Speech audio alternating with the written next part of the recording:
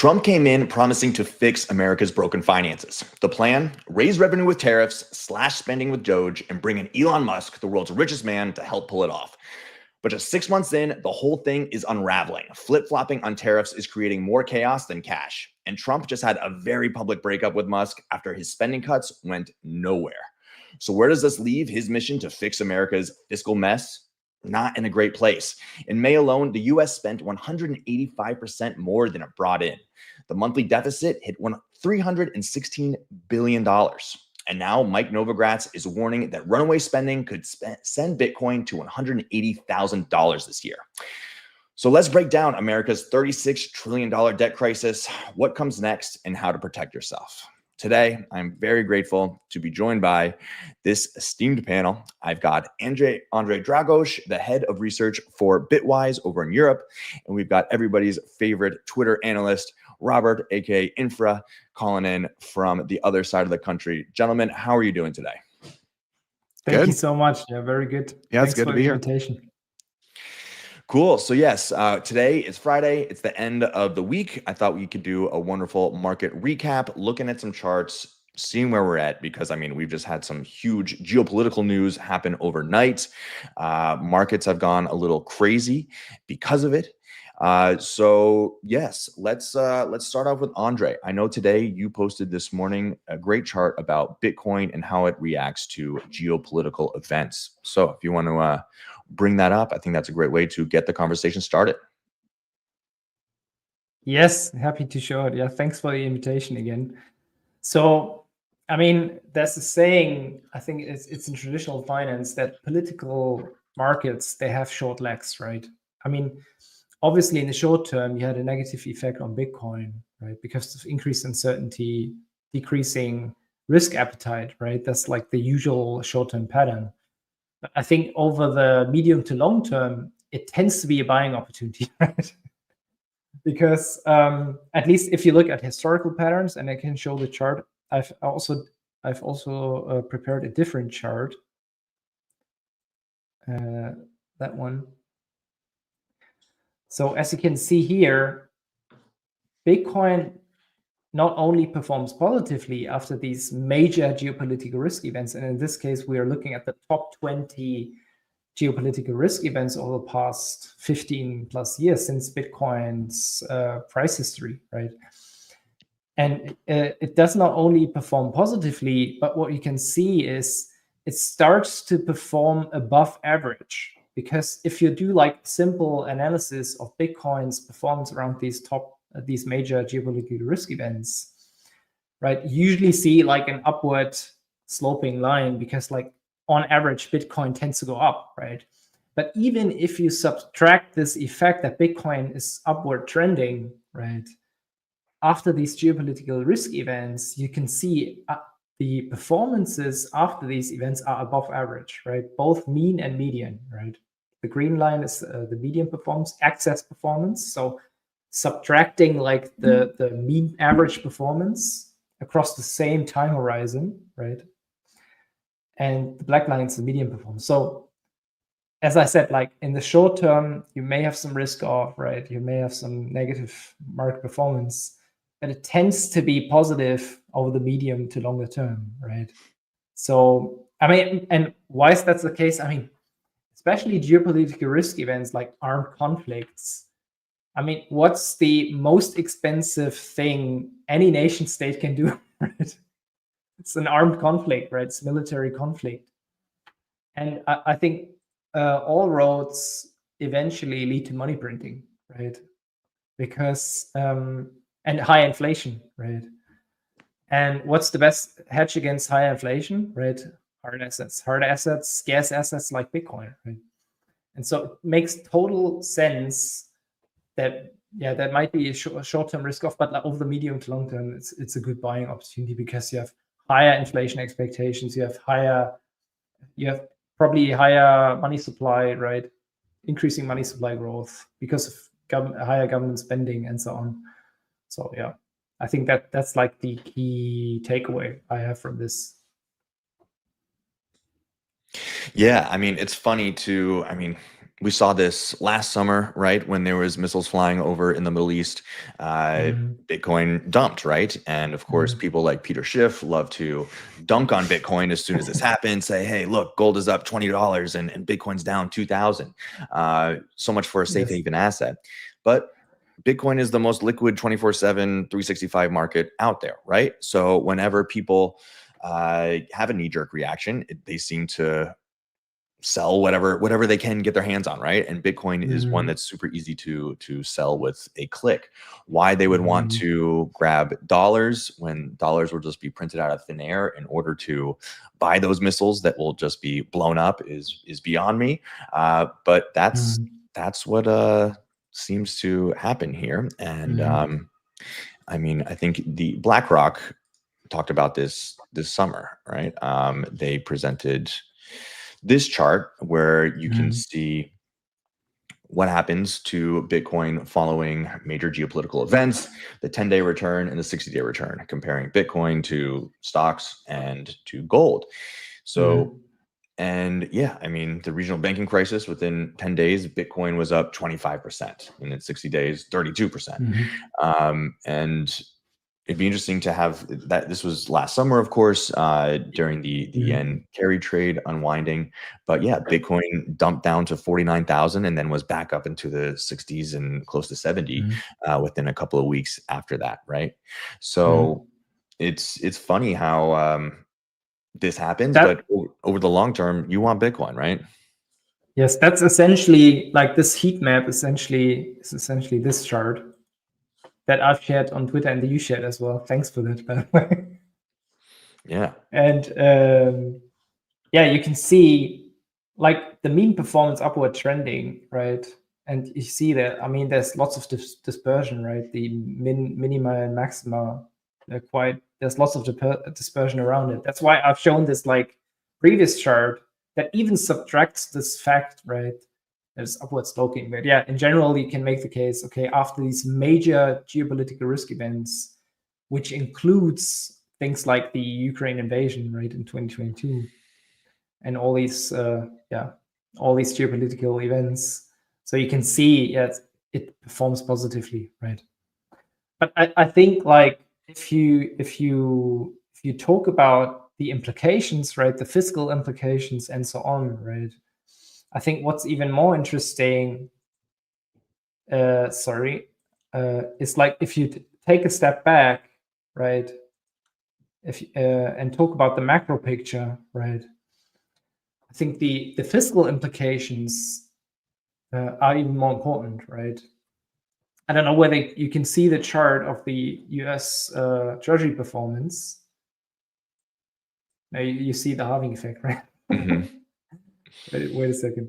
So the case I want to make is the big picture view is like you have a structural break, right? You have a structural break in US Treasury bonds essentially since, I'd say, 2022, right? When Russia invaded Ukraine, which is also a geopolitical risk event, by the way. But like since then, there's been a complete paradigm shift, right? And by the way, this is not a meme stock, right? It looks like a meme stock, but it's actually the performance of long-term treasury bonds, right? Which is supposed to be the safest asset in the world, right? But it's down more than 40% from its previous peak, right? It's insane. And so US Treasury bonds, they are in their worst bear market in history. Long-term Treasury bonds, right? So plus 40% drawdown, and it's still down, right? It hasn't really recovered, right? And it all happened in 2022 when Russia invaded Ukraine because Western nations essentially froze Russian assets, right, during the course of this invasion. And suddenly, the safest assets in the world had some kind of credit risk / counterparty risk attached to it because of geopolitics. And so I think that caused a regime shift. And I haven't like prepared these charts, but like we've shown these charts to institutional investors previously, I think a couple of months ago. Since then, like US Treasury yields, they've started to behave. Let's call it behave. They started to behave differently. You've seen a major breakdown in intermarket correlations, such as, for instance, you've seen a breakdown in correlations between the US 10-year yield, right, and the copper gold ratio, right? So US 10-year yield, they started trending up after 2022, right? And they're still up, right? They're still around 4.5%. They haven't really come down, right, despite recession fears and so on. But on the other hand, you have things like the copper gold ratio, which is like a high frequency indicator for the world economy, right? Like commodities traders, they will tell you, I don't look at the ISM manufacturing index or like the Chinese PMI. I don't care. I just look at the copper gold ratio, which is like a high frequency indicator of where like the global economy is going, because you have like on the one hand copper, which is like industrial metal, sensitive to like industrial production and so on. On the other hand, you have gold like safe haven, so it's like a risk on, risk off asset. And so the copper gold ratio has been trending down since 2022, right? And there used to be a very strong correlation between copper gold ratio and US Treasury yields, but it completely broke down after 2022. And you see all these kind of breakdowns. For instance, Chinese yields, right? The Chinese 10-year yield versus the US 10-year yield, right?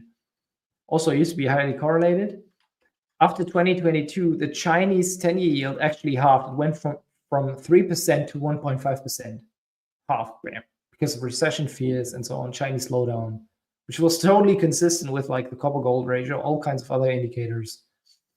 But like the 10-year yield kept at around 4.5%, right? Didn't go lower, right? Then best example is probably gold, right? Gold and the US real yield, right? Inflation adjusted yield, the TIPS yield.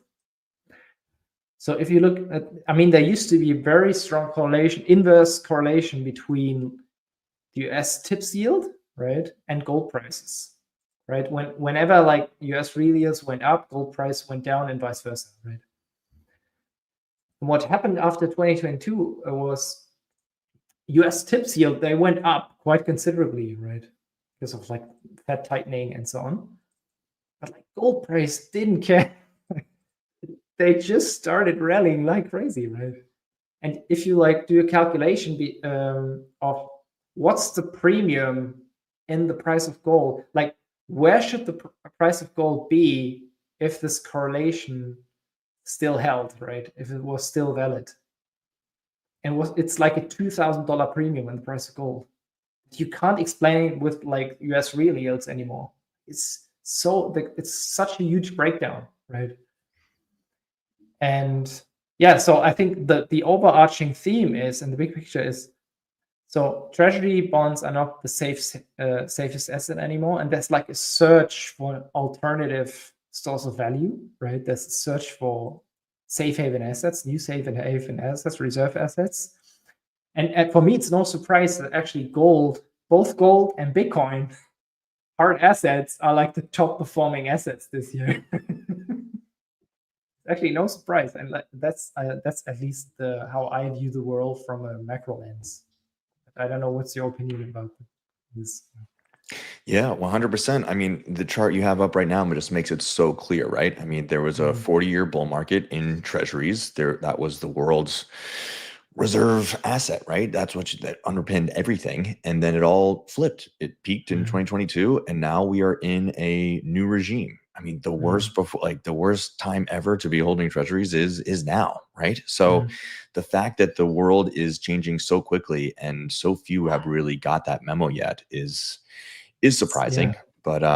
But we're here and we're in Bitcoin, and that's why, right? So yeah, Robert, I'd love to hear your take on treasuries and where we're at right now. Yeah, no, I agree with Andre. Basically, everything was trying to put together some charts really quick to confirm some of the points he was making. I will do that right now.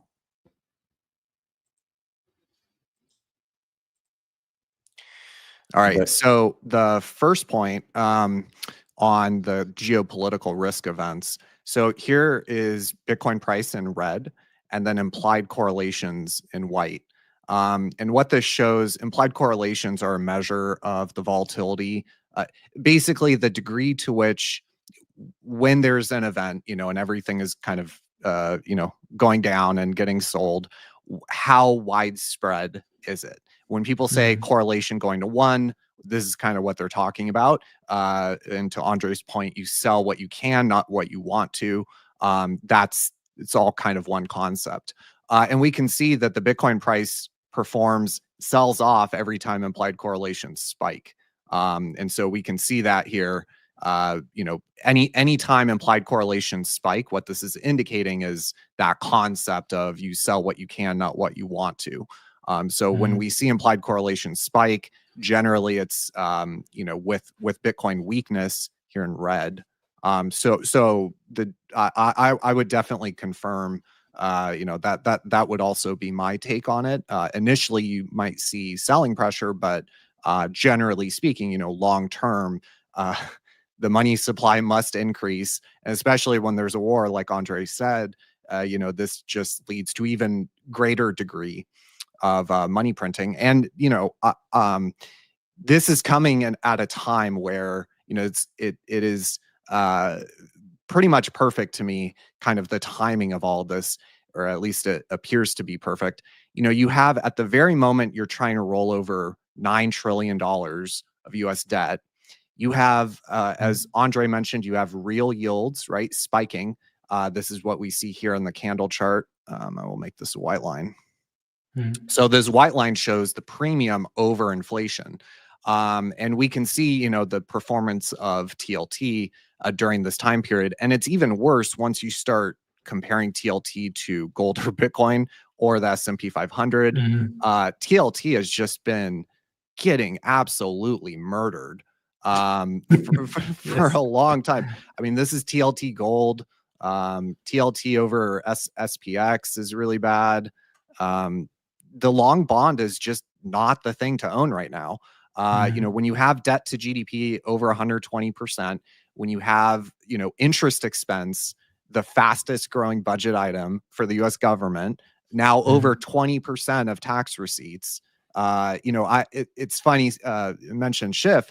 I think this is like a year or two ago, I came across this really old video of Peter Schiff talking with RT News. And they were talking about debt and national debt, sovereign debt.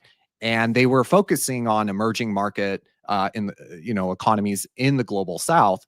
And it was really funny. They one of the kind of lines in the sand was interest expense as a share of revenues or tax receipts. And the line that they had kind of picked, and it was showing Ghana and Cameroon, I think. And the line that they picked as kind of the IMF, this is when the IMF starts to get concerned, is 20%. And I think, depending on the quarter, our interest expense right now is anywhere from 20 to 25% of government revenue. And, the debt load is undeniably starting to become an issue. We are running a 6% deficit, 6.5% fiscal deficit as a share of GDP. This has never been seen before outside of, major wars, very, sharp recessions, very dramatic, economic slowdowns. That is the starting point. And so we've kind of gotten to this place where the way I phrase it is a recession, even just a garden variety recession, is basically a margin call on the US debt. And the reason for this is during a recession, expenditures go up and revenues go down, especially given how hyper-financialized the American economy is these days. You see what you see in that is a widening of the deficit, right? So as a share of GDP, because remember, in a recession, GDP by definition, GDP is falling.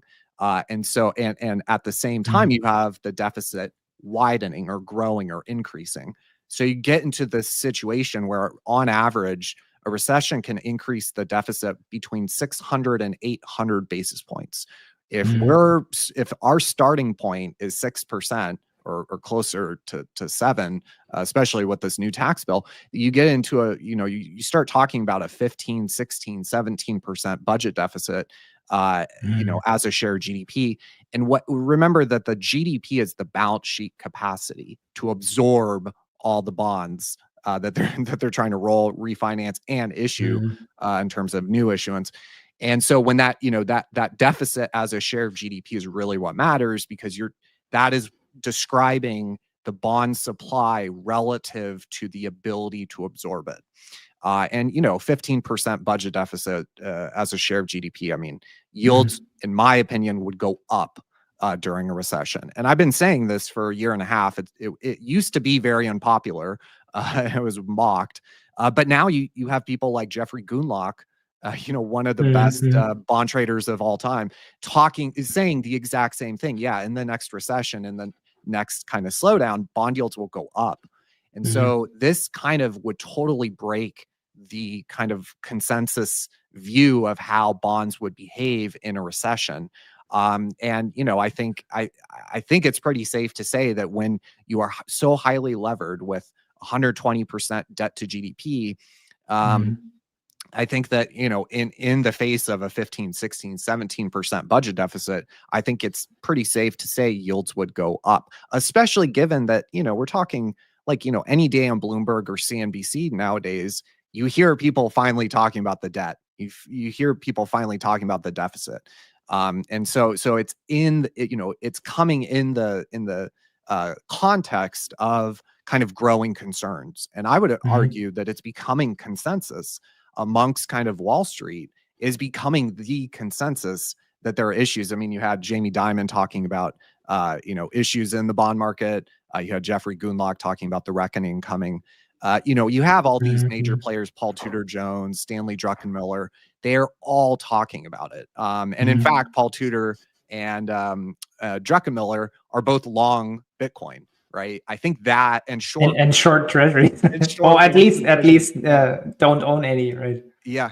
So I think the kind of chorus or the consensus is growing about this. And the chart I have here, so this is something I've been watching kind of very closely recently, which is this, and people talk about this debt load. When does it become unsustainable? And as long as you have the cost of the debt lower the nominal growth, everything is relatively speaking okay. And so here I have debt to GDP in blue, and then the 10-year Treasury yield, or the cost of the debt for the 10-year, minus nominal growth. And so this dotted red line here shows 0, the baseline. Anytime this white line is below the red line, I have kind of a green box here. What we can see is that, this concept of growth, over the cost of the debt, this is played out, pretty much perfectly. As the interest rate is negative, or put another way, nominal growth is higher than the cost of the debt, debt to GDP can decline, as we saw after World War II. But when the cost of the debt is higher than nominal growth, as we see with the red boxes, debt to GDP increases. And so this is an increasing burden, right, for the government. When you have the cost of your debt higher than nominal growth, this becomes, when it's, I would argue, starts to become an issue. And we've had relatively negative real rates, not real rates in terms of inflation, but in terms of nominal growth. We've had the cost of the debt below nominal growth. And debt to GDP, has declined ever so slightly, or at least stabilized, right? But what do we see recently? We see this spread going positive and breaking out to the upside. And so I think, we could start to see a lot of these things are kind of, they feed on themselves and they're non-linear. And so I think we're getting to a point, especially with the tax bill, which, could increase the deficit even further. I think we are getting into a situation where it could finally start to become an issue. You have the average interest rate currently on the cost on all of our debt. The average interest rate is 3.3. You look at the yield curve, there's nowhere on the curve that you can issue at 3.3. Everything is like 3.9 or basically 4% or higher. So interest expense will only go up. That is what that means. So as interest expense continues to be the fastest growing budget item, you have the deficit increasing. And yeah, like I think that this becomes a bit of a runaway train. And you know, with the recent geopolitical events, you know, overnight, I wanted to kind of point out, I'm going to do a very you know, thorough video on this, but you know, I noticed this dynamic in 2022 with the you know, the invasion of Ukraine and kind of all the issues geopolitically back then. Most of our debt has been bought by countries that are net energy importers, meaning they, on a net basis, must import energy just to survive. You have like Japan, they are a net energy importer. You have, you know, Korea, UK, go down the list, even China, they are net energy importers. They are short structurally energy, which is not what you don't want to be a country that's short energy. As the price of oil is up 5%, it was up, I think, like 10 or 11% overnight. You do not want to be in that position, because what happens is it drives, because of that increased cost for energy, which you need. You cannot run your country on U.S. Treasuries. You cannot put U.S. Treasuries into trucks. You cannot put them into tractors. You need energy. Energy is kind of the key piece, you know, for basically everything. So what happens is these countries, you know, as oil spikes, it drives their current account deficit wider. They've accumulated trillions of dollars of U.S. Treasuries. And so, you know, what happens is the current account deficit, as oil spikes, their current account deficit, you know, widens or worsens. And what that leads to is a correlation where you can find that you know, the price of oil it relatively dictates the price of the dollar and yields. And so, you know, we've gotten into this position over many years. But, you know, here is oil pushed forward 20 weeks. And you can see that it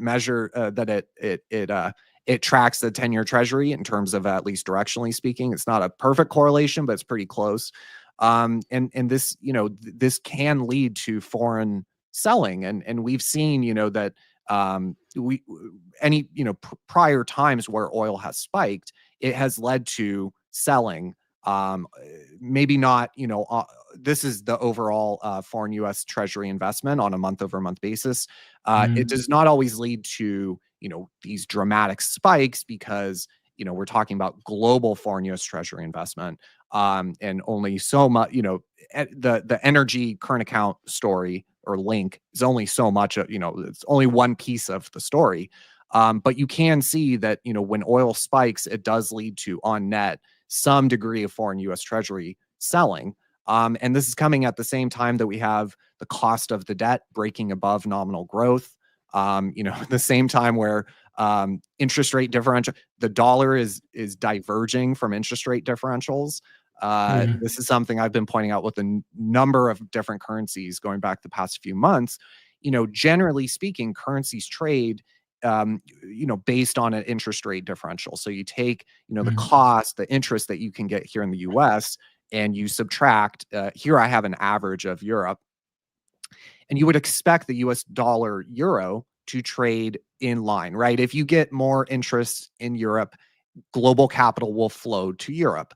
And so generally, you know, and to do that, it must flow into the euro first, right? So you see a very, very tight correlation with these interest rate differentials. But then as soon as April hits and everything kind of changed, right, with Liberation Day, you see, and this is true with the yen, this is true with the pound, this is true with a number of different currencies, you have interest rate differentials diverging from the dollar euro or the dollar yen. And so, yeah, like, you know, the setup is not great. I would say, you know, when you have this kind of, as Andre mentioned, this long-term bear market for long-term bonds, the growing consensus about issues with the debt and deficit, you have oil potentially spiking, right, on geopolitical concerns, driving current account deficits, U.S. Treasury selling. there's a lot of headwinds for the long-term bond right now. Mm-hmm. I totally agree. And I think you've shown this chart, 10-year yield minus what was it, GDP growth, right? Nominal GDP growth. So I've calculated since 2020, since COVID, debt has grown, US fiscal debt has grown by 7.5% per year on average, right?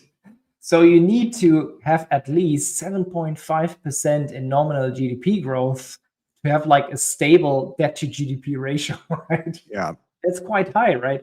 I mean, absent of any kind of huge increase in inflation, right, it's almost impossible to achieve like 7.5 nominal GDP growth, right? And as you've mentioned, I mean, there are already problems in terms of like debt refinancing, right? The US Treasury, since Yellen, I mean, has officially problems to refinance long-term debt, right? I mean, even Besant's like acknowledging this fact and saying like, okay, we have problems. That's why we've been issuing T-bills all the time, right, to refinance debt, right, on the short end. And now you've just shown this kind of breakdown more recently. And my hypothesis is, if you look at Bitcoin's correlation to US Treasuries, and we talked about structural breaks, right? And that's another structural break in my view, which actually relates to Bitcoin and US Treasury bonds, because the correlation, the 3 months rolling correlation, and I can show the chart as well. So the 3 months correlation between Bitcoin and US Treasury bonds, the 10-year futures, has actually reached a record low, right? That's the green line. It has never been lower. It's at minus 0.5, right? And so there are actually two observations. So it's at a record low, it's, most inverse correlation ever, right? And at the same time, it's way lower than gold, which is also like the second observation, right? I mean, and there's also like a general key takeaway from this slide is also, I mean, we talk about Bitcoin as a kind of risky asset, right? Like traditional financial investors say like, oh, it's too volatile, right? You can't compare it with like safe haven assets, right? Because it has too much volatility, right? But at the same time, if you look at the correlation between Bitcoin and US Treasuries, it's significantly lower than between gold and US Treasuries, right? So it appears to be a better diversifier, and especially right now, right, more recently, against Treasury downside than gold. And so we looked into this. We thought this is kind of puzzling, right? Somewhat of a conundrum. Right? And so we did a deep dive on like Treasury down days, right? So those days where you have like a negative performance for US Treasury bonds, and the respective performance for both Bitcoin and gold. And guess what? So even during these Treasury down days, Bitcoin appears to be a better hedge than gold, which is somewhat counterintuitive, right? But like there are more cases where Bitcoin is up when US Treasuries are down than for gold. So Bitcoin is definitely a better Treasury hedge, right, than gold is. Gold seems to be more interest rate sensitive, which makes sense, right? Probably also interest rate sensitive than it used to because of rising credit risk and so on. But that's also, I think, an interesting kind of breakdown in correlations. And that probably, because you spoke about these cross correlations, right? The spike in cross correlations. What we also saw during this kind of March calculation across all kinds of assets, right? Not only Bitcoin, but traditional financial assets as well, equities and so on. What we also saw was this kind of divergence between traditional risky assets and Bitcoin, right? This decoupling. For the first time, I think, since the Silicon Valley Bank crisis in February 2023, right? That, in my opinion, that was like the first decoupling between risky asset, and where we had this like very first breakdown in correlations. But now we have the second, and now you've probably seen these charts where Bitcoin's realized volatility has even declined below those of like the Max 7 stocks, right? So there's like the structural trend, the structural downtrend in volatility of Bitcoin, right? And like the character of Bitcoin is changing. It's coming from like a risky asset, right? But it's now converging more towards like a safe haven asset, right? That's also interesting in my view. Yeah, and the Bitcoin over NQ chart. This is something I've been watching for a while. The Bitcoin over NQ chart, it's like a beautiful uptrend. It's just ever so, going back to 2023, 2024. It's just it's just gorgeous. And you can see, going back to kind of Liberation Day, right, and all of that. This was Liberation Day here. You can see that Bitcoin has been outperforming the NASDAQ, right? So even at a time where the NASDAQ and S&P have had, pretty tremendous recoveries, Bitcoin has even still outperformed. The thing I would say is the Bitcoin over gold cross. This is something that I would like to see a little bit stronger. There are clearly idiosyncratic positive bullish drivers for gold, with central bank buying and kind of all the fiscal issues and geopolitical tensions. But this is one cross that I look at that I would like to see a little bit stronger. But the Bitcoin over NQ cross, I mean, this thing, it looks, it's just a perfect uptrend. Going back to, it looks like it's at the bottom in November 2022, and ever since has been outperforming the NASDAQ. So yeah, I think I would like to see it start to perform a little bit better versus gold. I do like gold. I know it's heresy sometimes to say that, but I think any scarce asset, when you have a world with such over leverage on the sovereign side, and it's not just the US, right? Like we're talking Europe, Canada, Australia, China, Japan, every basically developed nation is over levered. And this is why, I really think that we're coming close to a currency accord of some kind, similar to Plaza, where, the issues. So everyone needs to devalue their fiat currency versus gold and Bitcoin, right? Like everyone needs to devalue their debt in real terms. But in addition to that, you have the current administration that is very focused on the trade deficit and kind of trade dynamics. And, the structure of the system was always, we would run a large trade deficit. That was the way to get dollars to you.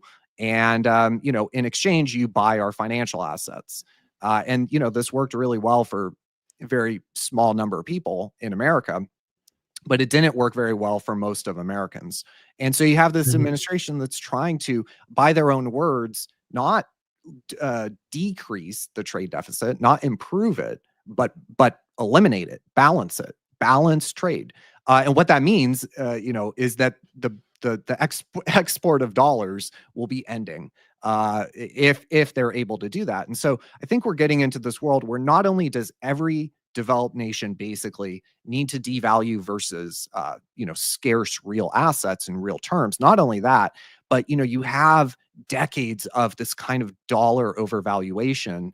And one of the ways that you get to a more fairly valued currency, not only for the dollar, but you have, Asian currencies that are manipulated lower, right, and are too weak compared to their balance of payments and their interest rate differentials. The way you do all that is you move towards a neutral reserve asset, a neutral measuring stick, where, currencies can once again be valued on balance of payments and interest rate differentials and fundamental drivers. And, that I think we're seeing that with gold, the adoption of gold at a sovereign level. And I think that Bitcoin around the margins will start to fill in there. But I think really you don't convince China to suddenly let their currency float and be freely decided right by the market. You don't just convince them of that. I think that there is a big change coming And I've been talking about that since October, because all it takes is to look at the actual facts behind global trade, and you see the issue is fiat currencies and the fact that they are not fairly valued. You have the issues that lead to a structural overvaluation of the dollar. And you have issues, that lead to the kind of undervaluation of some other currencies. And I think the only way that you kind of get out of this is a big monetary reordering. And Scott Bessent, in his speech at the Manhattan Institute, this is what really got me into this kind of line of thinking, mentioned the term global monetary reordering or global reordering like 3 different times. And this was before Trump won, right? This was before it wasn't, I don't think, you could argue that that was like a political thing. He mentioned it 3 times, and he said, I not only do I believe that will happen in the next couple of years, but I want to be a part of that. You have Stephen Myron, who basically wrote the book on Triffin's Dilemma, all the issues that are kind of near and dear to my heart. He wrote an entire paper on how to do this. And he talked about the currencies. He talked about this kind of issues with the dollar. So I think that gold and Bitcoin will play a role in that. And Bitcoin's newer, it's a smaller asset. So I think it's logical to, I think to say, oh, suddenly, we're going to wake up tomorrow and it's all going to be Bitcoin. I don't see that. I think that it's mainly going to be gold at first. We're already seeing that. And then, around the margins, I think it's pretty clear that Bitcoin has become more of a neutral safe haven.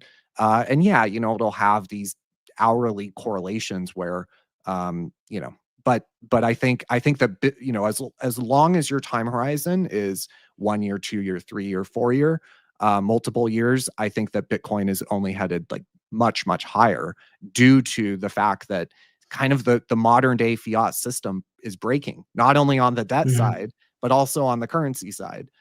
So yeah, there's just so many headwinds for the kind of global system as we know it, yes, to continue the way it is. I totally agree on like the gold Bitcoin story. I also think that Bitcoin's not cannibalizing so much on gold, right? On gold's market cap, or on US Treasuries only. I think it's both gold and Bitcoin on the one end, right? And then all the sovereign bonds and like other stores of values on the other end, right? I think like both gold and Bitcoin have been cannibalizing on US Treasury bonds as a safe haven asset, right? For instance, and I mean, the performance speaks volumes, right? Both assets have performed well, right? It's not like gold has underperformed. Both assets have performed well in 2025, and so I think, but like over the very long term, I do think that because Bitcoin is the superior asset, right? It's superior to gold, right? It not only has this kind of spatial, not only has this kind of temporal transferability like gold, right? It can maintain purchasing power over time, but you can also transfer purchasing power over space, right? So it has this kind of spatial transferability, has better verifiability, divisibility, and so on, right? So it's like technologically superior, which is why it will eventually disrupt gold as well. And if it does, right? I mean, we're talking about millions dollars per coin, right? Yeah. Like, yeah, but I think like the development will be like fiat stores of values first, right? That are being disrupted, and then like I'd say this ancient store of value later, right? Gold, like gold is like the pre-1971 store of value, right? And US Treasuries are like the post-1971, and other bonds, right? German bonds also are like the post-1971 reserve asset. But I have an interesting hypothesis as far as like, I think there's some kind of scenario where you could end up in this kind of debt inflation spiral, right? And you've probably seen this kind of money supply versus Bitcoin chart, right? Global money supply has reached a new all-time high, which implies like also new all-time highs for Bitcoin, which is super bullish and makes sense, right? Because like Bitcoin is probably one of the best barometers of global money supply, right, and global inflation. But I think that not only that, like, global money supply will continue to accelerate global money supply growth, but it will be so much dependent on US Treasury bond yields and other like major bond yields, sovereign bond yields, and the yield curve, right? And I have like a working hypothesis, which goes, so we know that like the longer end of the yield curve, right, 10 plus years, especially like long-term bonds, 20 plus years, has risen. And you mentioned like Japan, it's like Japanese JGBs, it's UK gilts, it's almost every kind of major sovereign debt market, right? So it has risen not because of rising growth expectations, but because of increasing term premium, right? Increasing break-even rates, so inflation expectations, increasing credit risk, CDS, right? Credit default swaps have been rising. And all of this is, I mean, the Fed, especially the Fed or any other central bank, they can't really control these elements. So they can neither control term premium, right? They can only compress term premium by doing like QE and stuff, right? But essentially, it's hard to control term premium, which is like the premium investors demand for holding long-term bonds instead of short-term treasury bills, right? So term premium has been increasing, CDS have been increasing. The Fed can't like can't control CDS. They can't demand, okay, now you have to charge like lower credit default swaps, right? I mean, credit default swaps have been rising because of rising deficits, right? And so it's something that the Fed can't control, right? Well, and also political risk, right? We have one of the issues with like what I call late stage fiat is this enormous wealth inequality, political polarization, right? We're getting to a point where, like, especially, you know, even yesterday, there's kind of even more escalation here in America, at least, in the political realm. The CDS story on U.S. debt, like a lot of that is also, you know, the belief, right? Pricing in the belief or the doubt of the political structure, right? Being able to pass a debt ceiling increase. And so, you know, once you add that piece in, yeah, like the market is indicating that they're not super confident that our political system will be able to increase the debt limit, right? And yeah, I think they'll be able to get it done personally, but the risk that they cannot get it done, I think, is certainly rising. Yes. Now, and so I just want to like finish my working hypothesis on like the yield curve and how it all connects to rising money supply growth and inflation. And what you can see is, especially lower monetary aggregates like M1, they're highly correlated to the steepness of yield curve, right? In the US, like you can take the 10-2 yield curve spread, term spread, right? And it implies like a re-steepening of the yield curve, which is mostly due to these factors that the Fed doesn't control, right? I mean, the Fed has been lowering rates, has been cutting rates, but long-term bond yields, they've moved up since they've started cutting rates, right? By a lot. By a lot, because of rising inflation expectations, rising credit risks, and rising term premia, all of which they can't control, right? But here's the thing. So this re-steepening of the yield curve essentially implies that global money supply growth will accelerate. And why does it accelerate? Because like banks, they essentially their profit margin is determined by the yield curve, right? Because they perform maturity transformation, right? So they lend long-term and borrow short-term, right?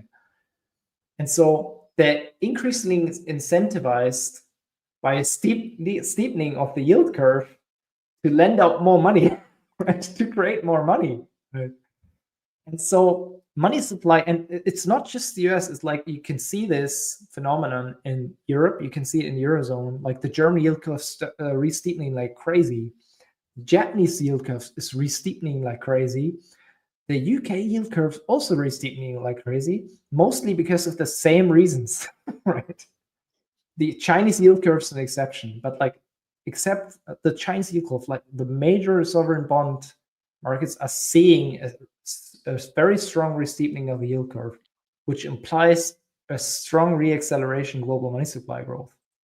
And so my working hypothesis right now is, so yields are going up because of increasing fiscal problems, right? Which leads to probably more money creation by the banking sector, right? Which leads to even higher inflation expectations, more money supply growth, and you end up in this kind of fiscal inflation debt spiral, right? As a kind of worst case scenario, of course. But for the time being, I'm really bullish just because of, I think the trend in global money supply growth, this positive trend, will continue, right? And you've probably seen this chart 1,000 times. It's super bullish for Bitcoin, right? Yeah, and it seems like the plan now is they wanted to cut, right? Doge was supposed to cut 2 trillion initially, then 1 trillion, and then just wound up with 150 billion. And Elon was kicked out the door. So since they realized that that plan was not going to work, and these tariffs have just not really come to fruition, or they didn't have the intestinal fortitude to stand by them and see it through, the new plan is percent saying we're going to grow GDP faster than debt growth, and that will stabilize debt to GDP. But if we just look at 2025 fiscal year compared to 2024, the first 8 months, we've got a deficit of $1.36 trillion, right? 160 billion more than the deficit recorded in the same period of last year. And we're on track for $2 trillion annual deficit. Yeah, the deficit's growing at 11% on a year-over-year fiscal year 24 to fiscal year 25. The deficit's growing by 11%. That's the starting point, right? Yeah.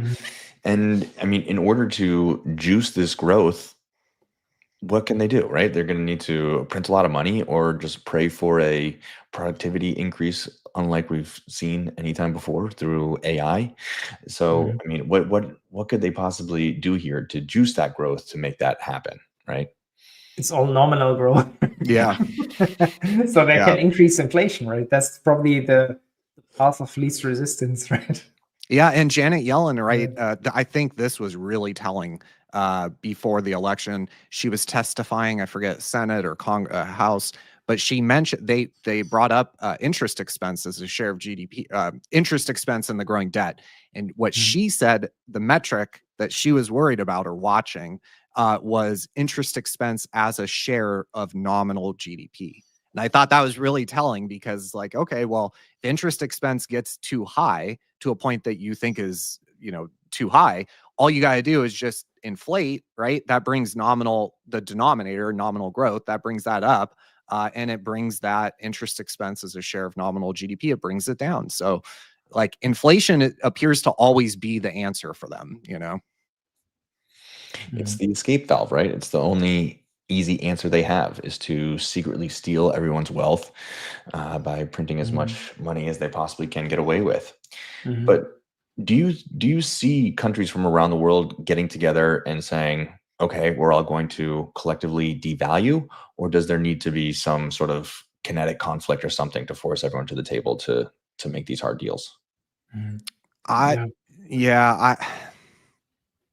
think with the exchange rates, I mean, because it's all relative, right? If everybody devalues at the same time, right, the net effect is like zero. Yeah.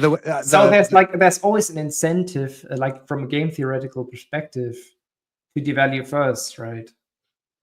Yeah, but if because the issue for the US is the dollar's too strong.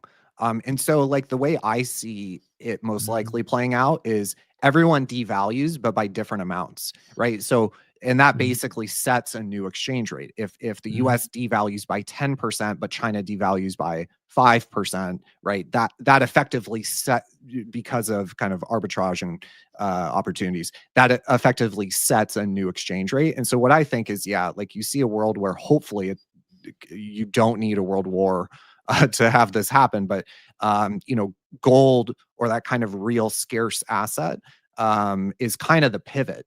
And I think everyone devalues, but the US might devalue by more. And by doing that, you weaken the dollar versus you weaken that foreign currency cross.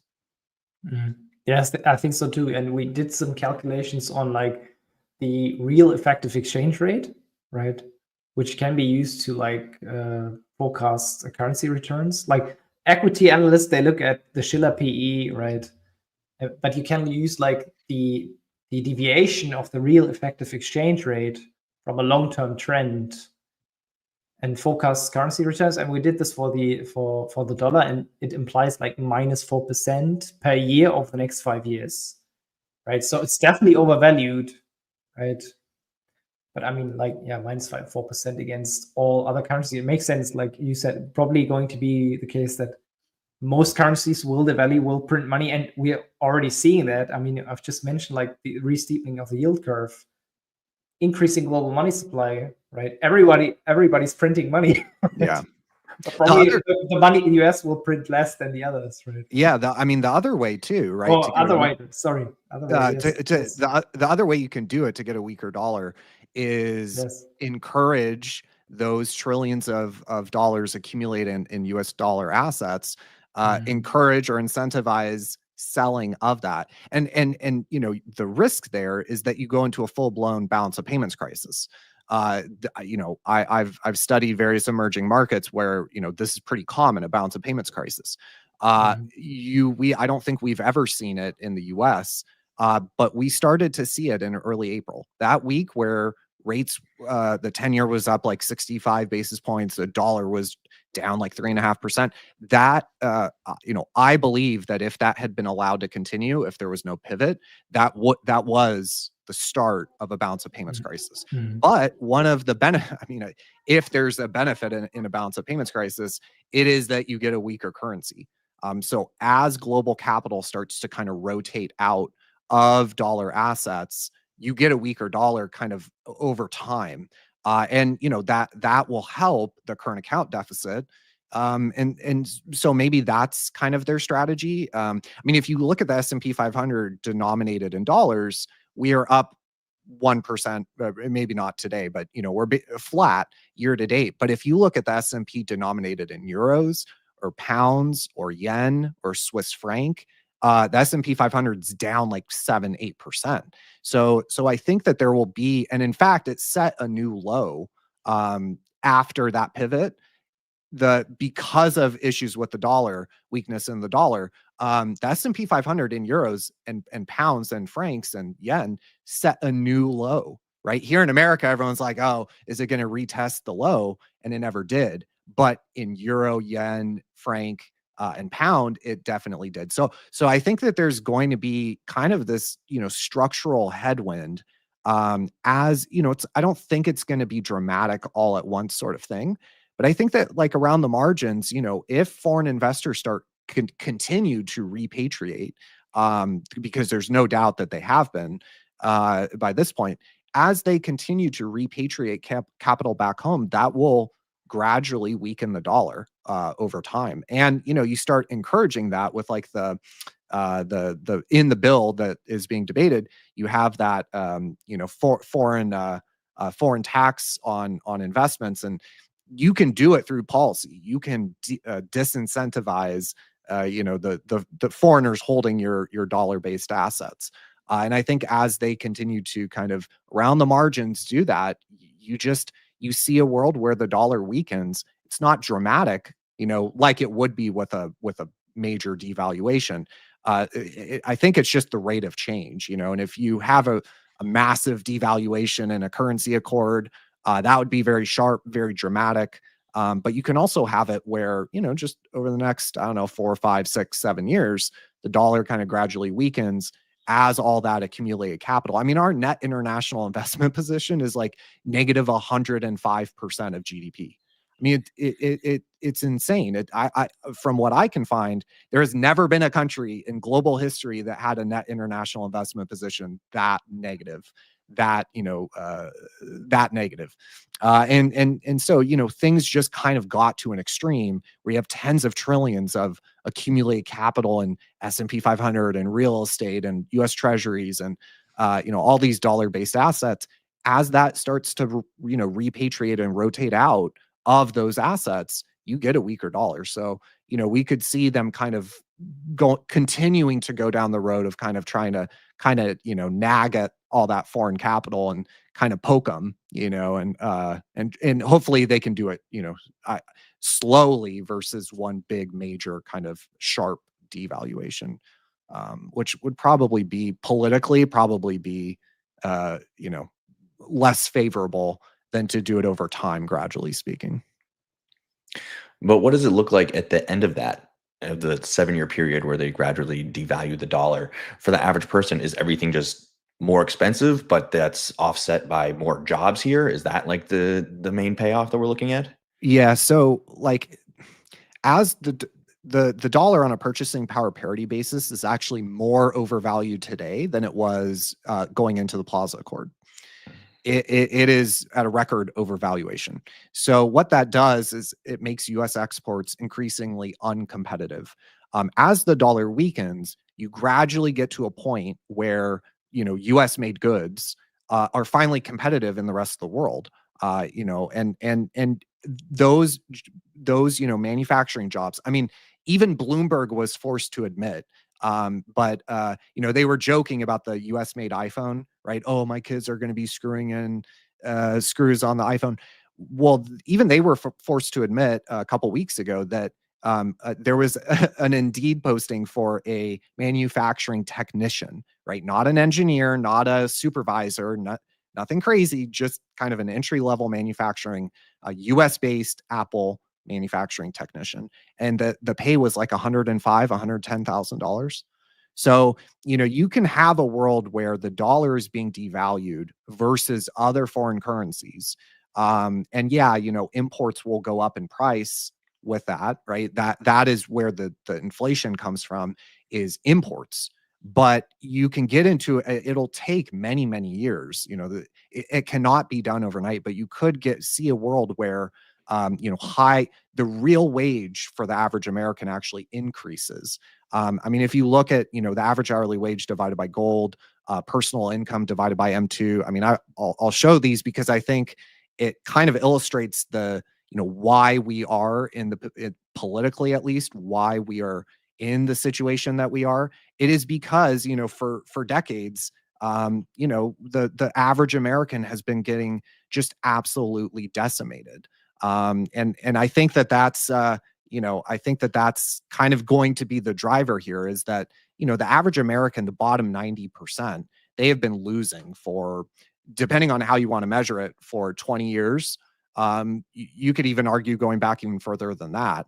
And so, yeah, I think that, you could see a world where, yeah, there's inflation, but it's not,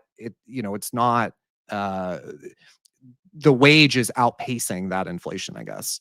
And I will show that chart right here. I mean, it's pretty brutal what, the bottom 90% has been kind of put through. And I think that that's really the way out, politically speaking. Like, I think that, when you have red is the average hourly wage divided by gold, and the peak in both of these was China's admission into the World Trade Organization. I do not think that that's a coincidence. We've seen over 5 million manufacturing jobs shipped overseas. Personal income over M2, right? The real purchasing power of someone's wages has been declining relentlessly ever since 2000.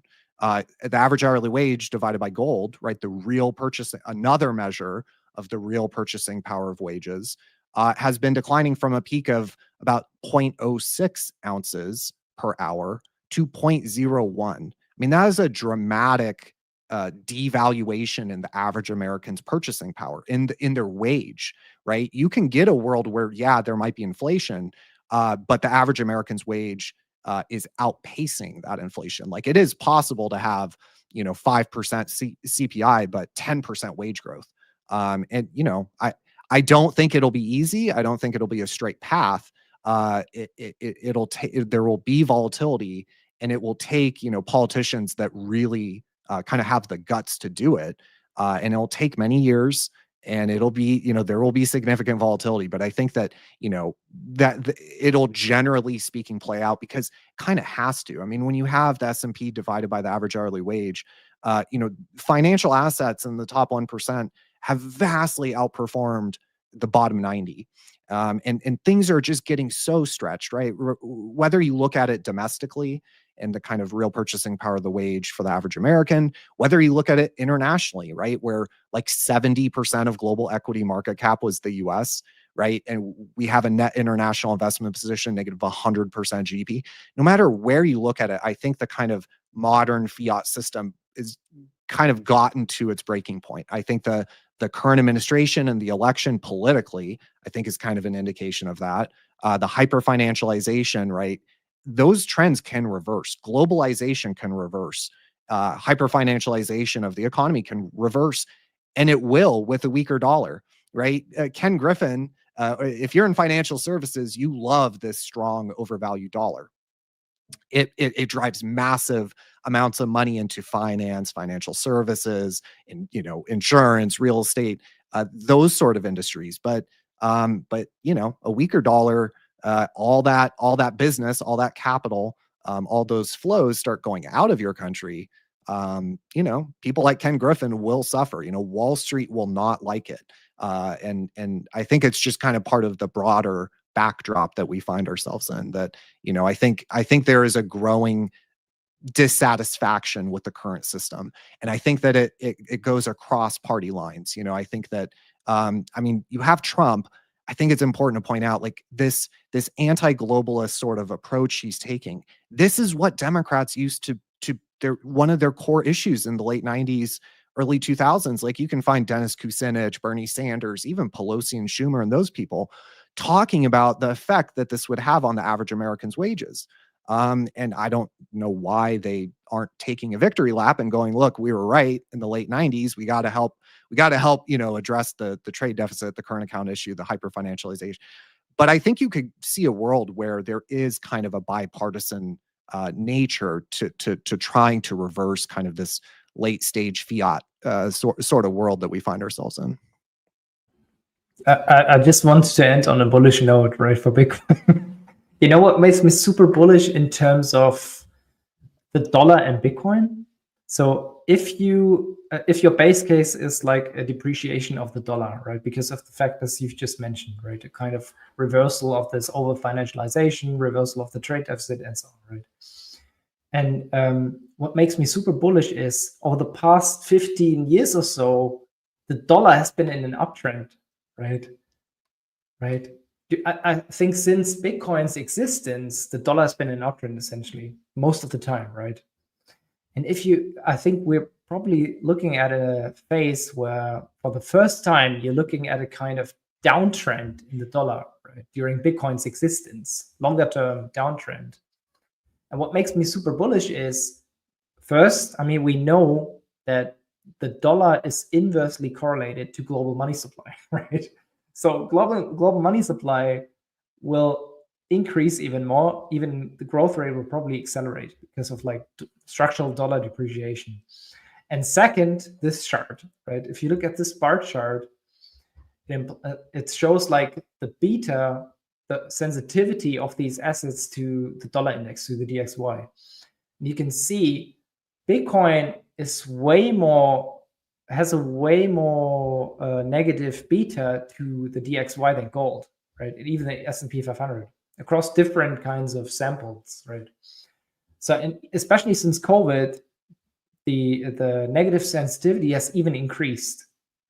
So Bitcoin appears to be one of the best hedges against structural dollar depreciation, right?